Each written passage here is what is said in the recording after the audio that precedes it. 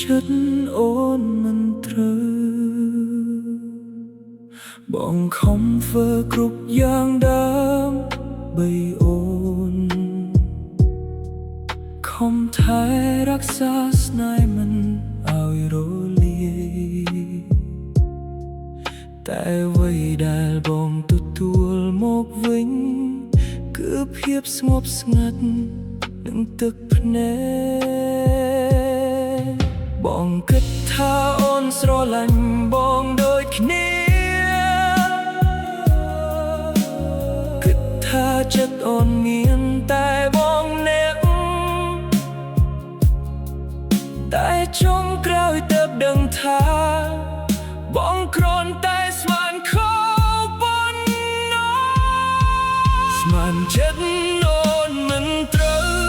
តែបងឈឺចាប់ដល់ថ្ងៃនេះស្មានថាអូនស្រឡាញ់ពិតតែអូនបែរជាចាកចេញពីបងសល់តែអនុស្សាវរីយ៍នឹងបេះដូងដែលខ្ទេចខ្ទាំព្រោះតែបងស្មានចិត្តអូនមិនត្រូវ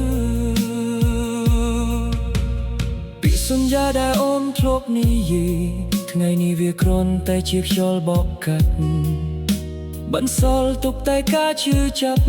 ឲ្យបងរស់នៅជាមួយការនឹកក្រឡឹកបើដឹងថាចុងក្រោយបែបនេះបងប្រហែលមិនហ៊ានស្រឡាញ់ខ្លាំងតែពេលចិត្តប្រគល់ឲ្យអូនហើយគ្មានថ្ងៃណាចូលមកវិញបានទេ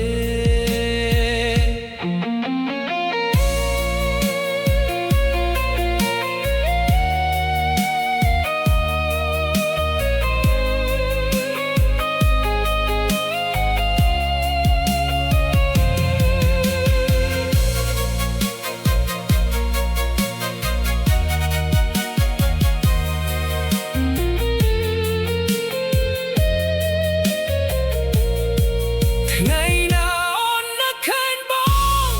ប្រហែលបងលែងនៅកន្លែងចាស់តែស្នេហ៍ដែលបងមានចំពោះអូននៅតែស្មោះត្រង់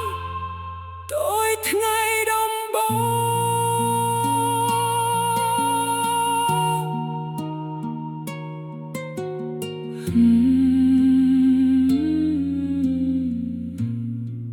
ស្មានចិត្តអូនមិន